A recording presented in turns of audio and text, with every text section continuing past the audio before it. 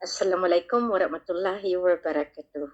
Live from Malaysia with love. This is Queen Helen Jack Elizabeth III. Congratulations to all those hackers who blocked my live telecast this afternoon. Salamat po sa inyo, mga kasama. Dahil napatunayan natin na marami nang nag-aabang at maraming umiyak dahil hindi na nila makita ang aking live telecast. Marami kayong rasones, marami kayong ginagawa, pero okay pa rin. February 26, 2024. This is Queen Helen of the Rajak Elizabeth III. Ako'y nagpapasalamat sa international level, sa mga international observer, sa ating mga international guardians, protector, and especially sa Raja Sulaiman Peacekeeping Group and the United Nations Peacekeeping Group. Ngayon naintindihan na nila kung bakit si Queen ay talagang naghahanap ng paraan para masolusyonan ang dapat solusyonan. 2010, 11, 12, 13, 14, 15, 16, 17, 18, 19, 20, 21, 22, 23. And this is the start of the first quarter of the calendar year of 2024. I would like to remind each and every one that as long as I live, as long as that I am breathing, I will fight for my countrymen, for my fellow fighters, for the love of the royal kingdom of the Lupusuk Empire. As you can see, they are not also stopping. Despite of all the evidences, the evidence are enormous. They can not anymore escape the court of law. That even the Supreme Court is beholden to the supreme power of God, of Allah. The divinity, the divine law, the law of our forefathers is imposed. You are not scared of Rule 36, as some of you trying to mislead the people? You are classified as claimants, and claimants are nothing to do with the asset that has been left behind by our forefathers who worked for it from generation to generation. And today's generation is mine. The golden age has been declared, and I am implementing the rules of the divinity. Now, as I have said in my earlier broadcast, that you have blocked, that you have let the Facebook believes that I am trying to do something that is not right. Well, hackers, those that have been trying to stop me, will also pay the crime of conspiracy and the crime for misleading the people of God, of Allah. I feel disappointed with all of you supporting the BBMI, all of you leaders, because you cannot still accept the defeat And that is your problem. I had been waiting for you to come out into the open and support my rule, my reign. But without anything in your hands, you continuously block me, defy me. Now I cannot let you succeed in this mission because I myself is being pushed by our elders to do it. Now for you people that say that you control the asset, come out because we need the funds. Many are hungry now. Many are sacrificing in the battleground. I am presenting the peacekeepers and I am telling the government to consolidate all of them because my motto was, and up to now, once I fix Mindanao, I'm gonna fix the whole world. And I thank Sultan Kelly for offering his life so that in the spiritual realm, he is my battle support. I thank the Nene of Lupusug, the elders of the Lupusug, especially the unseen one, those that have really protected the land, the mountains, the valleys, the seas. I thank the United Nations for protecting me ever since that I started this mission. You are just everywhere. You are just there monitoring. Thank you.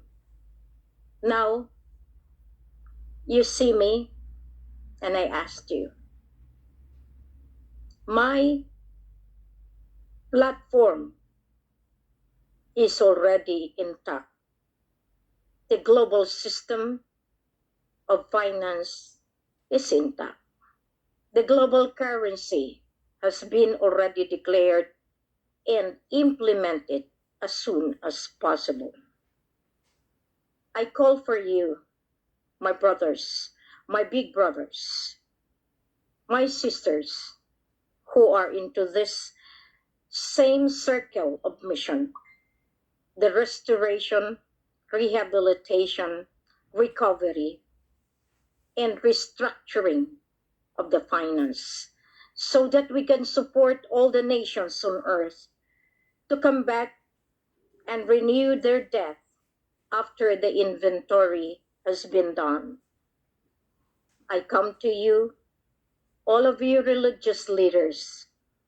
You cannot get what you want unless otherwise you surrender to the truth, and the truth will set you free and your people's sacrifices in hunger, in poverty. All the elite, the oligarch, it is not your time anymore. It is the time of the majority, the people that had waited for my return. I have come, I have returned, and I am here to put justice to the entire sovereign territory of our poor fathers, of our poor people that you have enslaved because you want to be in the position to dominate us in your interest, to control the asset, to control the land, to control the agri and aqua natural resources. I call for the change of the government. I call for you to step down because you have no more authority. If I cannot let you out in the most diplomatic way, then I call for the radical way, which you do not want to happen. We do not need any more bloodshed. We do not need any more revolt because what I am doing is the most efficient way of the transformation of the governance. You have not served the country for 50 years, for 60 years. That is the agreement that has been given to you. Instead, you enrich yourselves and you made laws that all serve you, but not the majority of your constituents. You fight to be elected, but election was never clean. It was always in the machinery of lies and conspiracy. I am mandating you, not because I wanted it, but it is because it has been ordered by the most superpower of the entire world, which is the Lupasug Empire. As I keep on saying to you, the more you expose yourselves in the tri-media, the more you could be arrested, because you yourself set your standard as claimants, as defiant, as the one who block the truth and maneuver to let the conspiracy rules. At this point in time, I could really tell to you, you lose, I win. Now, can you still go on without the money? I had been asking you, make me the way. Do not let me make the problem for you.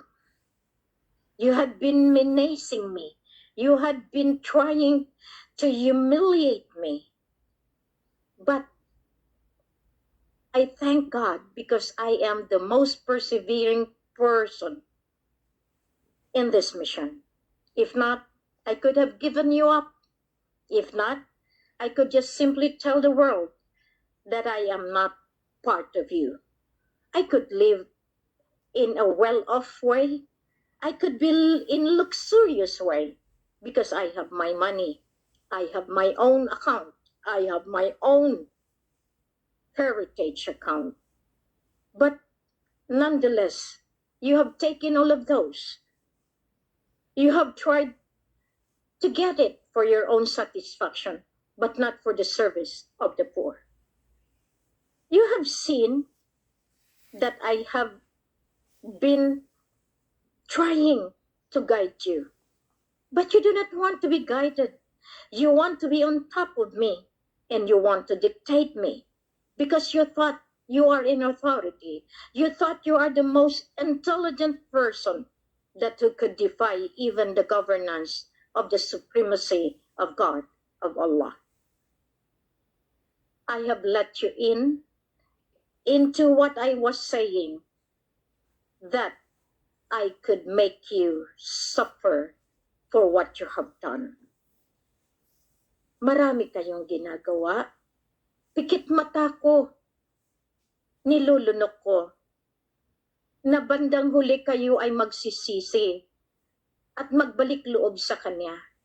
Subalit, napakaganid ninyo sa kapangyarihan, sa kapirahan na hindi naman sa inyo.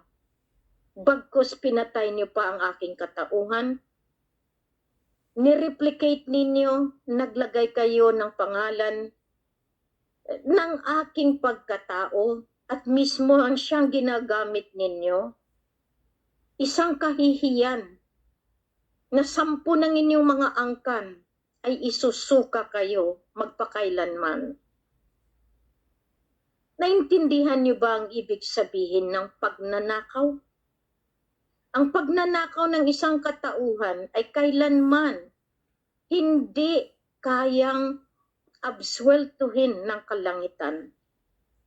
Dahil bawat isa sa atin ay may angking katauhan na siyang naging paraan para mabuhay tayo sa mundong ibabaw, na ikaw ay ikaw at meron kang pangalan na nakalaan. Ang pangalan Maria Helen Panulino Abdurrajak, Jusi Mulan, bin Baginda Ali, Elizabeth III. ay siyang pangalan na itinakda ng kalangitan ng kailaliman para sa pamumuno nitong sangkatauhan. Marami kayong nagtatatawa, marami pa kayong naiinggit, at lalo sa lahat, marami kayong nagagalit dahil hindi niyo pangalan at hindi kayo ang naitakda. Ang nakatakda ang siyang magwawagi, at iyan ay hindi ninyo kayang abutin o lagpasan dahil ako ay inaakay mismo ng kamay ng makapangyarihan na siya mismo ang naglalang sa aking katauhan. Isang nilalang, hinamak, niyuyurakan. Talagang kung tutuusin, maawa kayo. Dahil hindi ko man lang na-enjoy ang buhay na magiging isang katulad ninyo. Ako'y pinalaki sa isang pamilya na punong-puno ng kahirapan para maranasan kung paano ko sagipin ang maralita na isang kahig, isang tuka. Kung hindi ko naranasan ang magiging dukha, kaya ko bang ipaglaban ng patayan kayo? Kaya ko ba kayong itustusan magpahanggang ngayon? Yan ang titingnan ninyo. Bawat pananalita ni Queen, umaalingaw-ngaw sa kalangitan dahil nanggagaling mismo sa kaibuturan ng aking mga puso, ang kaluluwang nagpapanaghoy na kayo ay isang tao, isang nilalang na may pangalan sa mata ng Diyos, sa mata ng makapangyarihan na naglalang sa inyo, sa akin at sa lahat. Wala na kayong ginawa dahil nasilaw kayo sa kapangyarihan, nasilaw kayo sa mga pera, nasilaw kayo sa mga taong nagpipresenta na sila ang hari at reyna na may karapatan. Nasilaw kayo, nabuyo kayo, at doon kayo sumusuporta sa maling sistema na ang paniniwala ninyo ay pera ang katapat ng bawat isa. Nagkamali kayo. Nagkamali kayo dahil iyan ay hindi ang kaparaanan. Iyan ay kaparaanan ng mga nilalang na nalugmok sa kaharian ng kadiliman. Sila ay narindahan ng kadena, ng kasakiman, ng kadiliman. Kaya lahat ng kasalanan ay ginagawa nila para sila ay magkaroon ng kasalanan. Dahil ang kasalanan ang siyang basihan ng mga tao mismo ng Satan. Kasi kung kayo ay tao ng kaliwanagan, hindi nyo kaya magpatay. Hindi nyo kaya manlibak at hindi nyo kaya maging isang tau-tauhan para magkaroon ng programa na i-demolish ninyo ang tao na nagpapakasakit sa inyo. Bagkus kayo ay inutusan para sa inyong kinabukasan na punong-puno ng pasakit at kahirapan. Sinasagip kayo, ayaw niyo magpasagip. Ang hinihingi ko akin, ang kinukuha ko akin. Pero kung man lamang kayo sa akin, biro mo, hihingi ako dahil alam ko na muhunan ako sa inyo. Mismo pangkain ko, binibigay ko sa inyo sa ngalan ng misyon dahil yun ang sinabi ninyo sa akin, kailangan magbayad sa treasury, magbayad tayo sa notary, magbayad tayo sa ating mga gasolina, magbayad tayo. Lahat kinarga ko. Alam nyo yan. Nangutang, puno-puno ng utang, hinahabol ng kabangkuhan. Pero kayo din pala ang may kagagawan. Ipitin ako para ma-demoralize ako. Gaano ba? Talaga ba kayong ganyan na kasama? Para ako mawalan ng enerhiya para malumaban? Kasi ang inyong gusto ay mawala na ako dito sa mundo. Napakasakit. Napakasakit. Pero, ang sabi ko nga sa inyo, diktikin niyo man ako. Gawin niyo akong kung anong gusto niyo. Mabubuhay at mabubuhay ako. Dahil ang misyon na ito ay hanggang kamatayan at sa kabilang buhay para maipanalo ko muli ang kaharian ng Diyos Ama sa lupang pangako. Sana kayo na lang. Hindi ko sana maranasan ang cross na ito. Sana kayo nga. Pero bakit iba ang inyong mga paraan? Ang paraan ninyo, kaginhawaan. Paraan ninyo para makilala kayo. At ang pananalita ninyo ay hindi angkop sa misyon na ito. Ang misyon na ito may kapinuhan ng pananalita. May the reality, the purity, yun ang tinitingnan. Hindi yung kabalbalan ninyo, hindi yung katarantaduhan ninyo, hindi yung kawalang hiyaan ninyo. You want to become a leader, you want to become a queen, then be an example to them. But what you are doing to me is trying to put me down. You give me a crime? What is my crime? My crime for loving humanity? My crime for embracing the poor? Is that what you want? Because that's what you think. That is your fixation.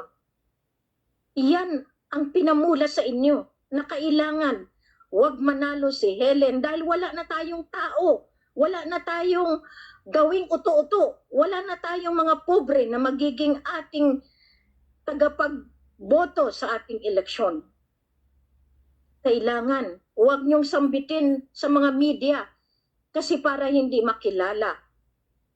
Salamat. Kaya naman yung mga walang kwentang mga tao na bayaran, ganyan ang pananalita. Bakit hindi lumalabas sa TV yan? Mabuti nga, dahil nakalaban ako. Hinayaan ko kayo. Pero kung sasabihin ko sa inyo na ako mismo ang may-ari ng inyong mga TV station, di ba tatawa kayo? Pagtawanan niyo ako. Di ba pag sinabi ko ako mismo ang may-ari, pagtawanan niyo ako, ano ngayon? Tumawa kayo ng gusto niyo. Paano kung totoo? Paano kung ako nga? At kung paano, kung mabueltahan na kayo ng batas ng soberenya.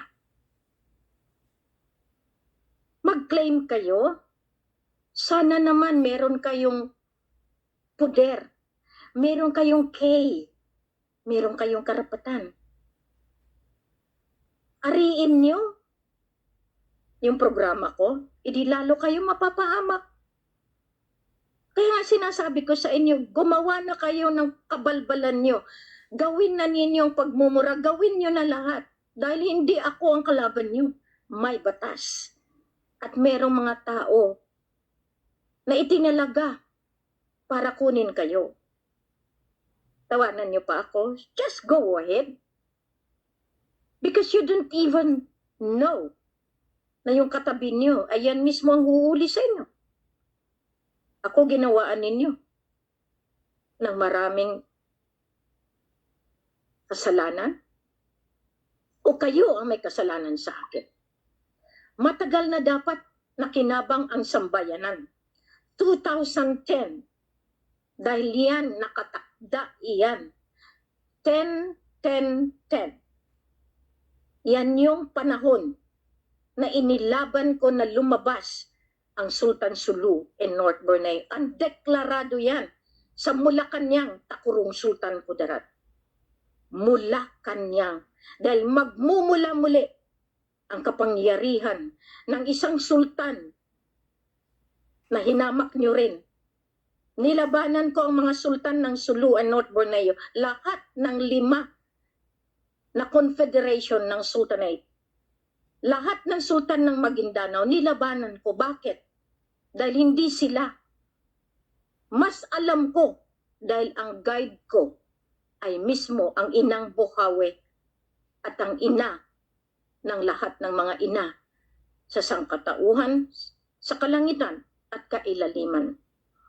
Kaya nagkakamali kayo. Ngayon, nagpalabas kayo ng isang sultan.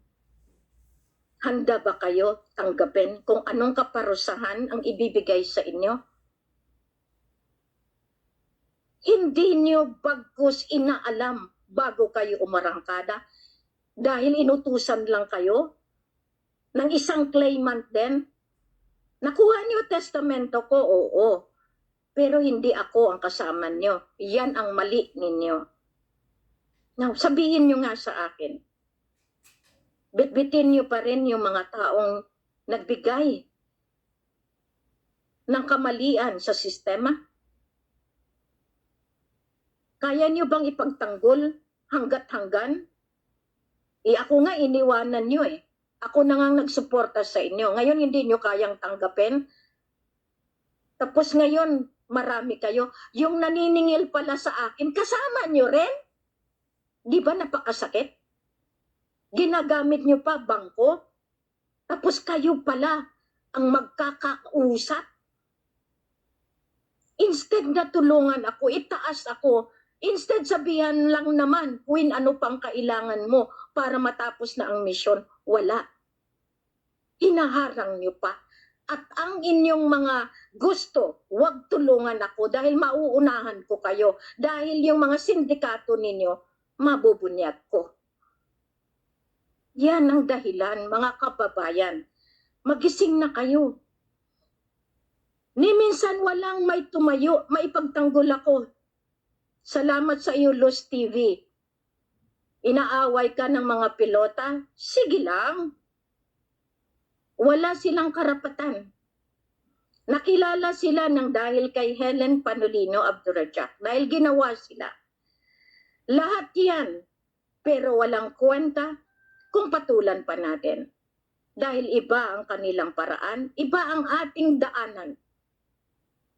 Sinabi na namin noon pa in 2010 na hindi nyo kaya palitan ang sultan na binasbasan ng kalangitan na mismo ang sultan Sahibul Gari Abdurrajak ng Maimbong Sulu, Sultan Jamalul Kiram II ang lumabas para tulungan ako.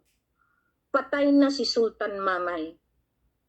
Binuhay namin bilang mga Raja Sulaiman, bilang pag-purify sa kanya para magkaroon siya ng power and authority as Sultan of Sulu and North Borneo.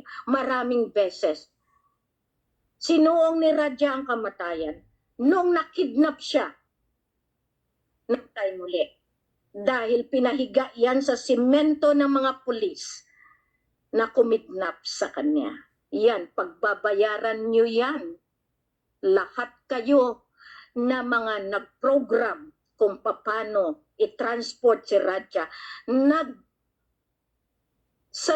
pa kayo dyan sa isang pension house sa Palawan, sa Puerto Princesa, kasama ang kapatid niya na nag-aantay sa mangsi mula Kudat dahil yun na sana kukunin na nila si Radja Mamay. Hindi nyo kaya ang kalangitan. In 2011, si Kuya Radja pa rin. Dahil nung diniklara ko ang Dragon Age, doon lumabas ang dugo ko sa China. Doon na pag-alaman kung sino ang tunay na dragon ng Lupasug. The sleeping dragon has been risen back to fight for you, to fight for the entire world, to recover what belongs to us. Kaya niyo ba akong bayaran? Sa bawat hikbi, sa bawat luha, nang dahil sa inyong kalapastanganan, nagkakaroon ako ng problema sa aking katawan. Pero ni minsan ba naringgan ko kayo, Queen, magpadala ako para sa inyo. Salamat. Dahil kayo ang inaasahan ko. Pero ako'y nagpapasalamat ng marami sa mga taong silently supporting me for my food. Ngayon pati yan, pakialaman mo. Kayong nanlalait, Gloria Beltran. Alam mo, if you are working with DSWT, and if you are with sa tinatawag natin na PCSO, then tumpak kasama mo si Lisa, kasama mo ang PBMI, kasama mo yung aking pinagkatiwalaan. Ganun lang kasimple mag-isip si Queen.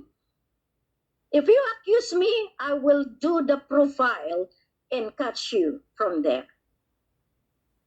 Ang hindi niyo alam, matagal ko nang alam, 2021 pa na nag-ikot na kayo diyan sa Iloilo. Alam ko na yan. Alam ko na kung bakit hinakot mula sa Tacurong City ang BDO nilagay sa Pasig, Iloilo. Ngayon kung buhay ka pa, Father Jess, iniiyakan ko. Dahil lahat iyan, meron huling halakhak. Lahat kayo na ginamit ng politiko, ng militar. Hindi niyo akalain na 2012, inilabas ko ang pinakayaman ng Ligwasan Mars. 12, 12, 12. Dahil in 2009, in 999, naging solido kami ni Kuya Radja. Kiram asset and the Philippine asset bind together to fight for the final recovery of all the asset, physical, spiritual, natural, and all of this in all the banks, in all the central banks of the entire global earth. Kaya, Black Fatima, the code of 999. If you could have only researched why the triangle, why yung mata, why ng Illuminati, bakit kayo sinasamba nyo yung currency ng United States? Ang dollar. Pag nakakita kayo ng dollar, tulo laway. Bakit? Illuminati, kabal. Binibigyan ko kayo ng pagkakataon. 1983, tapos na dapat ang mga agrimento. Pero anong ginawa ninyo? Sumanib kayo sa Black CIA. Kaya yung pagkamatay ni Aquino, parte pa rin iyan ng programa ng kabal para magkaroon ng revolusyon. At kayo ay namuhay ng revolutionary government. Alam niyo ba yan? Na since 1986 up to now, sa pilitan ninyong dinidepensahan ang illegal revolt ng EDSA, people's power ninyo. You cannot win the truth Hindi ako nakalabas dahil madre ako noon at hindi pa panahon. Pero ako tinago. Dahil sa kumbento ko mismo nalaman ang katotohanan na ang may-ari ng mga go ay Sultan Sulu in North Borneo. Ngayon awayin niyo pa ako dahil madre ako. Kung wala ako nagmadre, hindi ko mababawi lahat ng para sa atin. At ni minsan hindi ako nang aaway. Mahal ko kung saan ako nang galing. Pero hindi kayo nakikinig. Kayo mismo pumupunta mga Muslim na liderato sa Vatican. May mga picture pa kayo. Kaya Barm, ng pagkakamali nyo, Islam kayo, pero sinong nagkokontrol sa inyo? Vatican, ISIS. You cannot blame me. Truth is truth. White is white. Dark is dark. Kung doon kayo, di doon kayo. Pero binawi ko eh. I recovered. Na kung pahirapan niyo pa ako, then you will suffer. Barm. May barm pa ba? It's back already. MMRAB, Millennium MA23 Rehabilitation Action Bureau. That is the bureau that will recover all. Kaya ni-recover ko ang Maharlika Secretariat, ni-recover ko lahat ng Maharlika, lahat kayo na gumagamit ng Maharlika will be shut down. Hindi nyo kasi nakikita that I can trace you back. I can trace. Bakit? Di ba nag-ooperate kayo ng dahil sa lisensya? Other than the license from the central bank, di ba dumadaan kayo? Saan? Para magka-operate kayo? Sa Security and Exchange Commission. Ngayon, BBMI, kayong mga liderato, talagang ini-insist ninyo, barangay base, okay, that's good for me. Because my budget for the barangay will not be given to any one of you except to the government of Lupasug Empire. We have our own government. In 2015, I have already instituted and established the parallel governance. And that is the Royal Imperial Lupasug Islamic United Kingdom of Sulu and North Borneo, which it was with the government of the Federal Republic of Lupasug. Now, people would say, how come? Then you can see we have our own flag, we have our own constitution, we have our sovereign territory, Mindanao, Sulu, Palawan, Sabah, Sarawak, Kalimantan, Bulungan, including Palawan. Now, Palawan is a neutral ground. That is the Commonwealth denominated area. Luzon and Visayas and the Mindanao. That's why you cannot take out. No one could separate any of the islands because it belongs to the sovereignty. And the sovereign power and authority lies in my hand. Now, can you still go and have your own government? No. You can go your own, but you have no budget. That is the difference. Because you have already made me so mad. I told you, I am doing this for all of you. I am trying to create neutrality wherein no one will be hurt. But because of your adamant, because of your, what you call this, defiance, but because you wanted to be in supremacy, so what happened to you?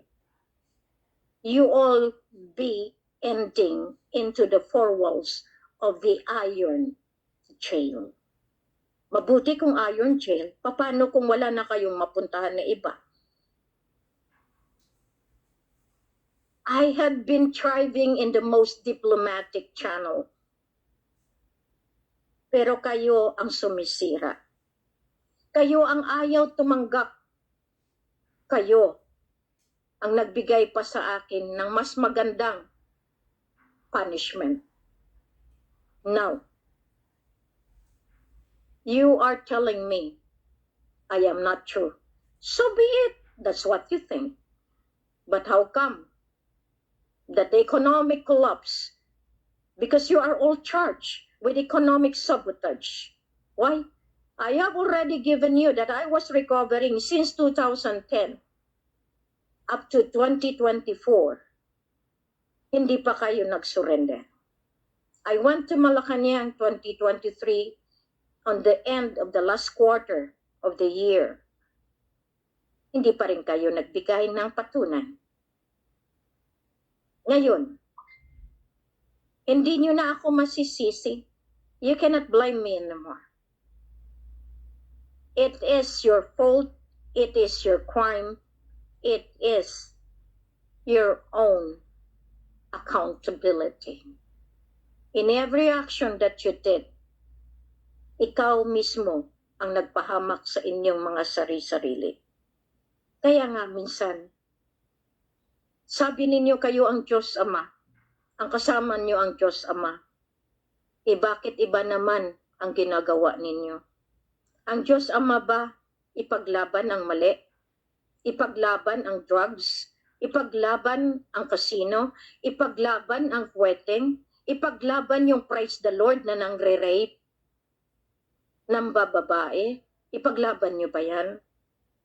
How could you transform this government into the real change which the people had been really pleading?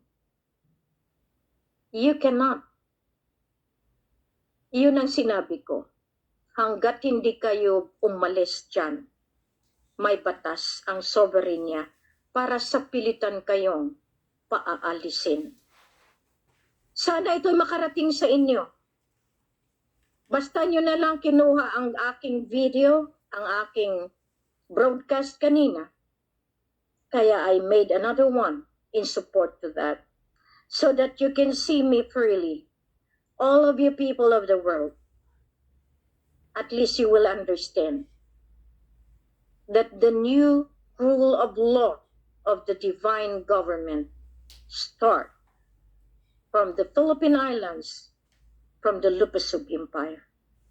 The land of promise, the promise of all the promises from the day the world began, comes from the land chosen to lead the entire world. I am happy to tell you that my time has come. My destiny commences because I know I am just an instrument of God, of Allah. So that total harmony of whole human race, regardless of faith and denomination, regardless of race and color, regardless of standing. But I would like to remind the wealthy oligarch, learn to stoop down your pride and surrender your wealth that is not yours. Hindi sa inyo po yan. Alam niyo rin kung saan nanggaling yan. Sana naintindihan nyo na noon pa.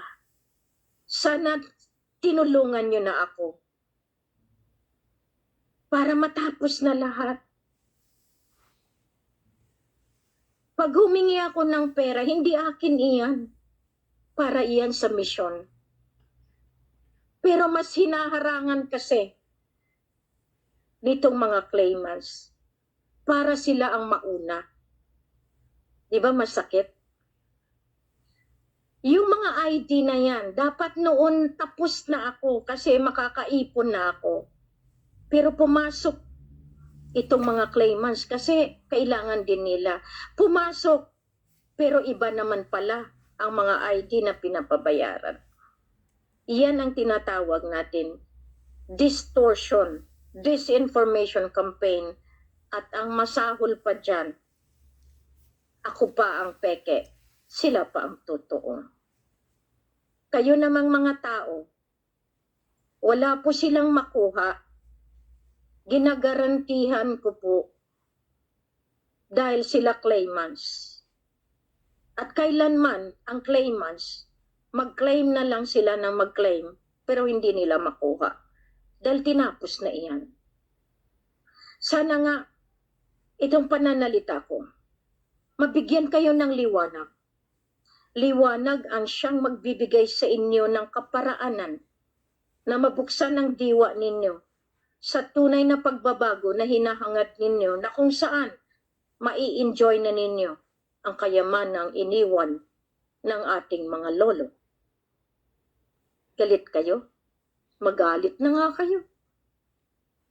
Ngayon, sabihan niyo pa ako ng mas masahol pa sa hindi pa makain ng mga aso dahil ang buwelta sa inyo mas sobra pa sa inaasahan ninyo.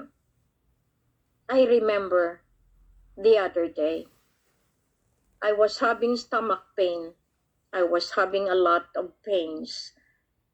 I just raised up my heart and my soul to God and said, sana itong mga suffering na ito, marami akong mga kaluluwa na magbalik loob sa iyo. Sana kayo ay magbalik sa Kanya nang walang kondisyon dahil kayo ay nilalang para sa kabutihan, hindi sa kasamaan. I had been fighting day and night, but if you do not like to be saved, then go for your own way and live in the dark forever. But for those who would like to live in the light, welcome to the fold. We have our own set of government, because I had been living in parallel governance to the physical government that they are trying to claim up to now. You are my people, and my people deserve respect and love, which this political arena doesn't have the capacity to do that. All they want is to use you for their vote, for your own support, for your own physical testimony that they are good, that I am bad. That is their propaganda.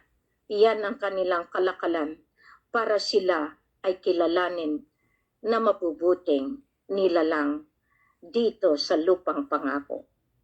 Marami tayo. Mas marami tayo. Pag nagkaisa tayo lahat, mapupuksa natin sila. Bakit kailangan natin lumaban? Dahil karapatan na nila ang ating binabawi. Ang karapatan natin na inangkin nila. Dahil ang akala nila habang buhay, nila tayo aalipinin. Ang lupang hinirang, kailangan natin mabuhay muli. Tayo ang perlas ng silangan. Tayo ang mga nilalang na pinili nila para magbigay ng kaliwanagan sa sangkatauhan. Tulungan niyo ako.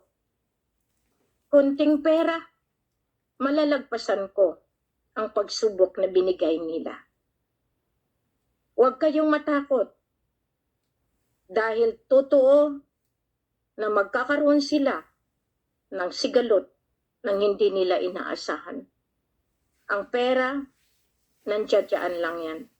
Pero hindi nila kailanman yan mapakinabangan kapag iyan ay inangkin na hindi basbas ng kalangitan.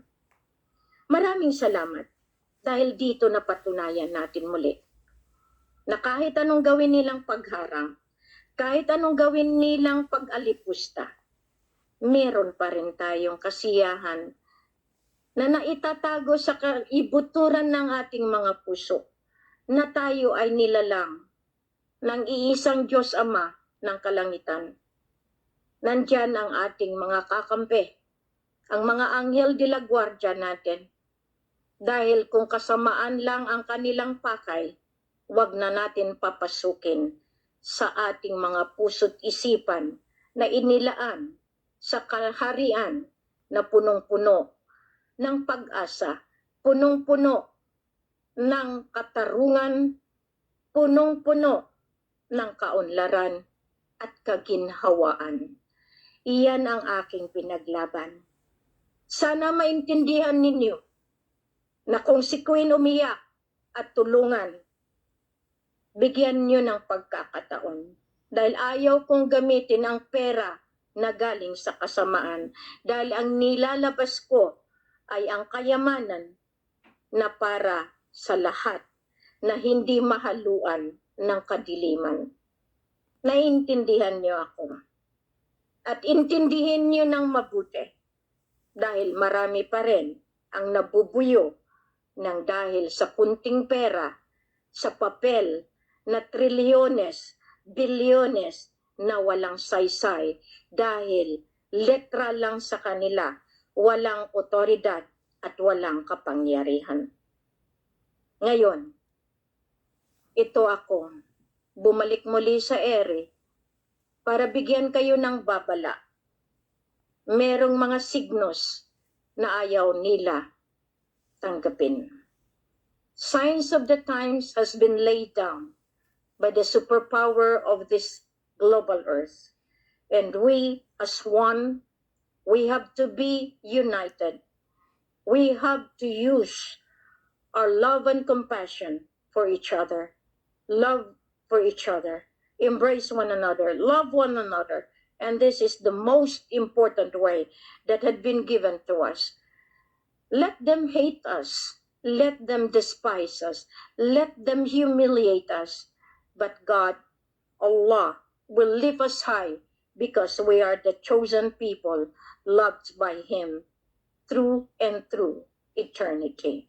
Maraming salamat po sa inyo. Naway ito ang pagbalik ko sa araw na ito.